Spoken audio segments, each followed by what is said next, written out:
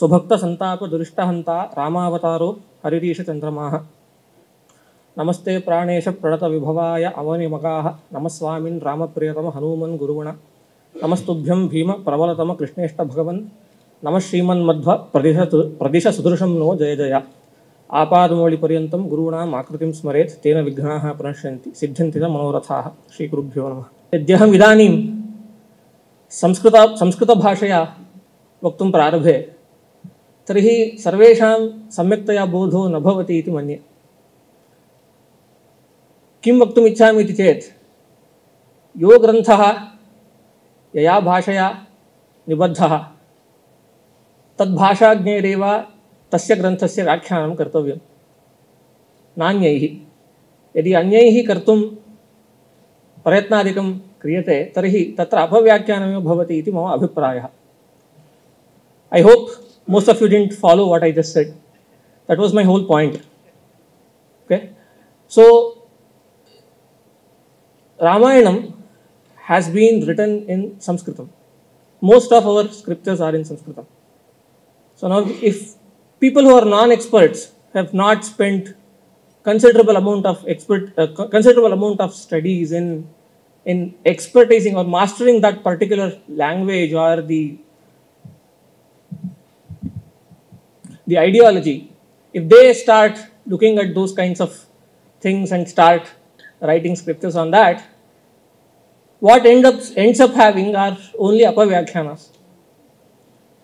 Somebody who has, like, let's say, put in 15 years in studying Tamil literature, they cannot comment on quantum physics. Somebody who has spent 20 years studying Sanskritam and Shastras cannot just come and start talking on physics. So same thing applies. Somebody who has spent their careers doing something else, due respect to everybody, but somebody who claims themselves to be non-expert, somebody who takes pride in saying that I have not studied anything and I am not an expert, starts making comments on our scriptures and starts saying things like, Rama was an unsuccessful person and he was a failure in life. We have been hearing these kinds of comments, and those people claim that they are non-experts and they take pride in saying that they are non-experts. Right? I study science, I practice science as a discipline, and if anything, if somebody has to talk about something, the first thing that someone should have is a vidvat or scholarship. The guna that I have been told to talk about, which Bhagavan sriramar possesses, is that of scholarship or vidvat. So the irony and unfortunate thing is, people who are not vidvans are making comment on somebody who is the ultimate epitome of all vidvats. And this is causing a lot of issues in the society. Okay. So before I begin my actual speech, let me just tell you one more thing. So there is a niyama in Shastra that is called, whenever you speak, you should not do something called as 𝗕𝗵𝗔𝗀𝗀 What does that mean? Suppose you are commenting on M.K. Gandhi. Okay. What is the authentic source that you get information about M.K. Gandhi is his own autobiography. So now you read his autobiography and get all information from that and start commenting on the very autobiography is something that you should not do. You got the very information from a book and you cannot start questioning the book from which you actually got the actual information. So this is called the 𝗕𝗵𝗔𝗀𝗀 in Shastra language. So now these people, where did they actually learn that somebody like Rama existed as a character? It is from the 𝗙𝗵𝗵𝗸 Ramayanam or Srimad Ramayanam. And they start saying things that are against the very source from which they actually got to know about the person. So this is called the 𝗕𝗵𝗔𝗀𝗀 and this is considered to be a very big fallacy, logical fallacy in the way people put forward their arguments. So the problem with a lot of popular speakers around, okay, who claim themselves non-experts and they take pride in saying that they are non-experts and make comments on the Ananta Kalyana Gunapurna Brahma, who is the incarnation of whose incarnation is Rama, saying things like Rama was a failure in his life, claiming that they are non-experts, are doing nothing but 𝗕𝗵𝗔𝗀𝗀. How did these people get to know the existence of Rama? It is from 𝗙𝗵𝗵𝗸𝗁 Ramayana. And if one studies 𝗙𝗵𝗵𝗸𝗁 Ramayana with authentic scholarship, then nobody would dare make such comments that Rama was a failure in life. Nobody can dare make such comments. So people have to study, right? People have to possess scholarship first before saying something. That is, I've been told that one of the gunas that I've been told to talk about is the vidvata or the scholarship of Bhagavan Sri Rama. The first trait of somebody being a scholar is that you first better study, acquire vidya before you make comments. Don't commit logical fallacies that are very apparent like 𝗕𝗵𝗶 You should never do such fallacies. So, what I thought was is that I studied a bit of Ramayanam, okay, and started listing what constitutes scholarship. What constitutes scholarship? We have, as I said, I practice science, and in scientific disciplines, we define scholarship. If somebody has to be called a scholar, what constitutes scholarship? There are a few traits that one can ascribe to a scholar, and you can see all of that and more in Bhagavan Sri Rama if you properly study Ramayana. Okay. So what I'll do is I'll take about 15 minutes and just list. So apparently I was just listing the the kind of scholarship traits that are found in Bhagavan Sri Rama. And in the time that I was given, I could actually list 16 of them. So that corresponds to the 16 gunas that were given. So there are 16 traits of scholarship that one should possess. See, these traits of scholarship or the vidvata are taken to be the yardstick of even modern day scholarship. So who is called a scholar in the modern day fraternity, scientific fraternity or otherwise? So you can count these traits and you can see all of them with Bhagavan Sri Rama if you study Valmiki Ramayana. Let us start. So the first thing that that is a trait, that is a very important trait of scholarship is being curious and having a questioning attitude. So you cannot practice science, you cannot be a scholar if you don't question. And that is why all our shastras start with the Jignasa Sutra. Athato Dharma Jignasa, Athato Brahma Jignasa. Jignasa is curiosity and inquiry, vichara. Right? So Sri Rama demonstrated this attitude of questioning and scholarship from his very young and tender age. So if you study Ramayanam, when he is accompanied with Vishwamitra in the forest, he keeps asking questions after questions. He says, oh, what is this? Whose ashrama is this? What's happening here? What's happening there? So full of questions. So when you are around that age, you should inculcate that ideology or the attitude of questioning and curiosity, which is the first trait of scholarship that you can see in the Balakanda only. Okay? So the second thing that a scholar should have is the ability to patiently listen when elders are speaking. You should not jump onto things, if you look at some of these speakers, who I'm talking about, these people don't even let the other person complete the question. They'll stop the question and give some answer which is not an answer to the question that somebody is asking. So not that. A good scholar is a good listener. So you should listen to what somebody is saying. In the entire Ramayanam, whenever Bhagavan Sri Rama speaks, it's very less. If you look at the Ramayanam, right, he speaks very less. That is one other trait of scholar. You should not speak too much. Everything should be sutra praya, right? Anyway, wherever he speaks, he lets the other person complete his argument and then speaks. Even in the situation of distress, you look at the conversation between Vali and Sri Rama, from the beginning, whenever Vishwamitra says something, no interruptions. Whenever Vali says something, no interruptions. Okay? So patient listening, you can see that whenever Sri Rama makes a conversation in the entire Ramayana. The other thing is, once you have acquired some scholarship and you have listened enough, when you are presented with an argument, when you are indulging in a debate, you should be extremely calm. That's another trait of scholarship. And our learned scholar, Sri 𝗙𝗵𝗶 was mentioning in his speech that there is an interesting conversation between the sage 𝗙𝗵𝗶 and Rama, where 𝗙𝗵𝗶 tries to persuade him to go back to his kingdom and presents the theory of atheism. So there are two adhyayas where 𝗙𝗵𝗶 speaks, and no interruption, nothing. Rama does not get any kind of distress there. Very calm and composed, because he has a lot of faith in his scholarship.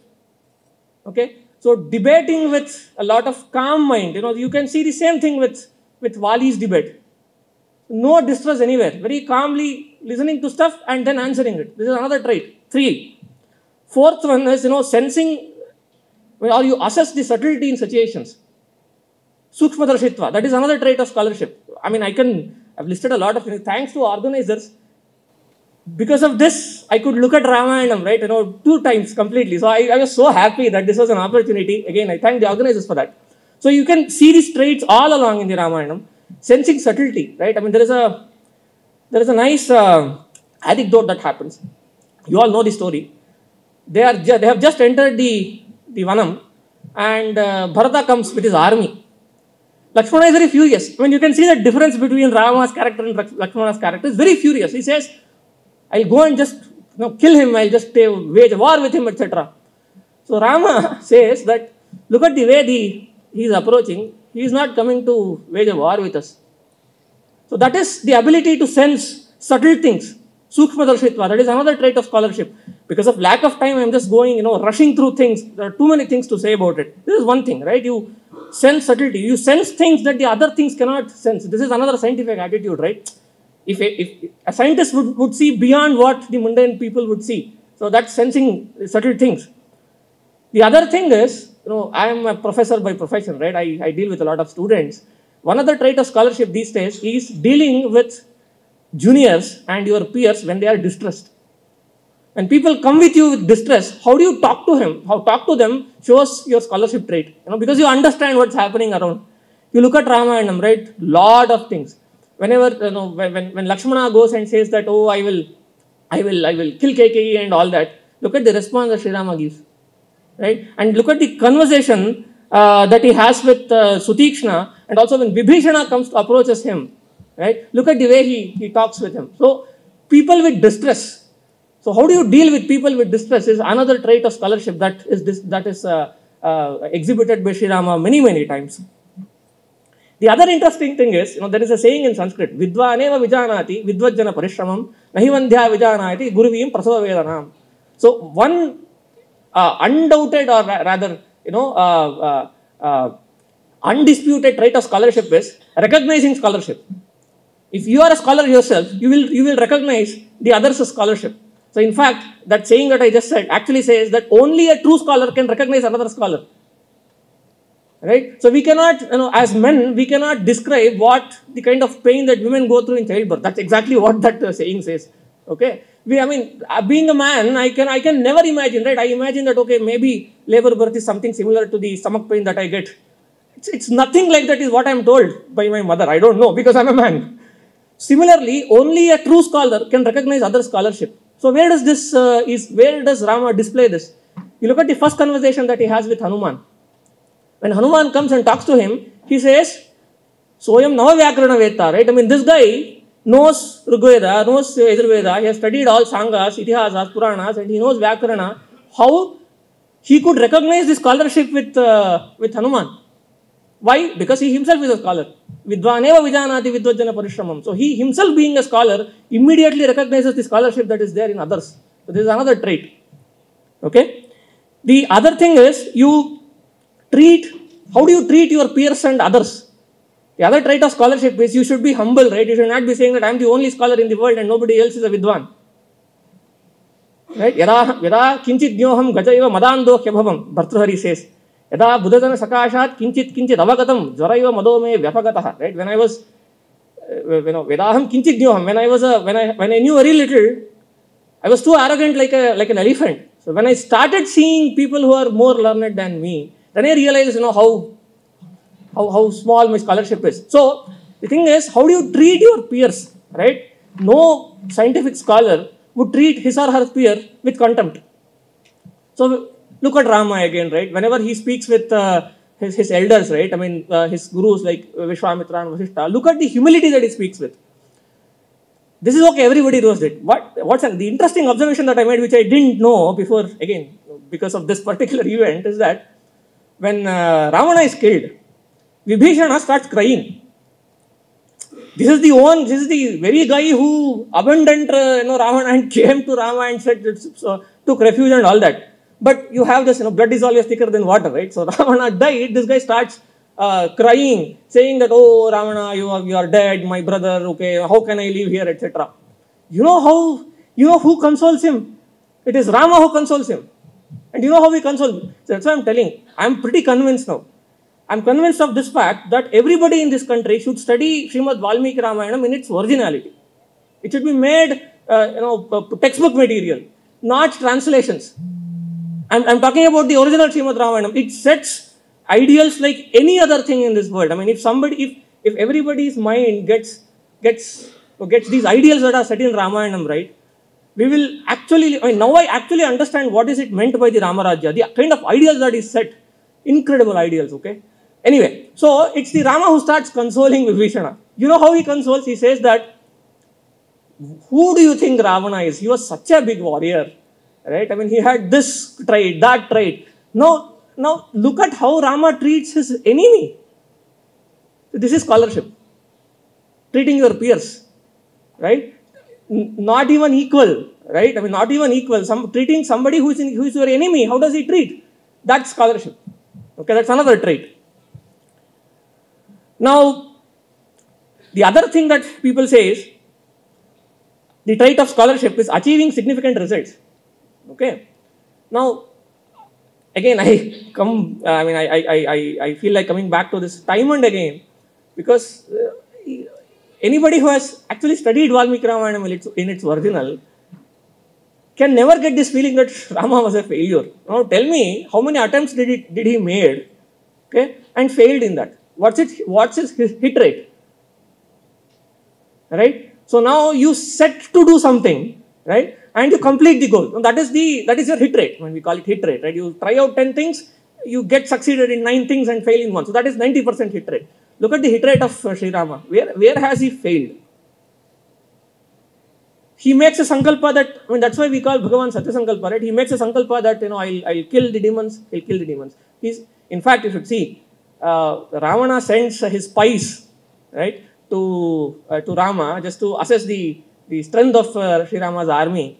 And Sri Rama says that also in that prasanga, in that situation, and also when he's consoling Vibhishana, he says that Vibhishana shows some distress. He says that, now I have come to you. What if Ravana wins in this war? I am neither here nor there, and all that. Rama says that, don't worry.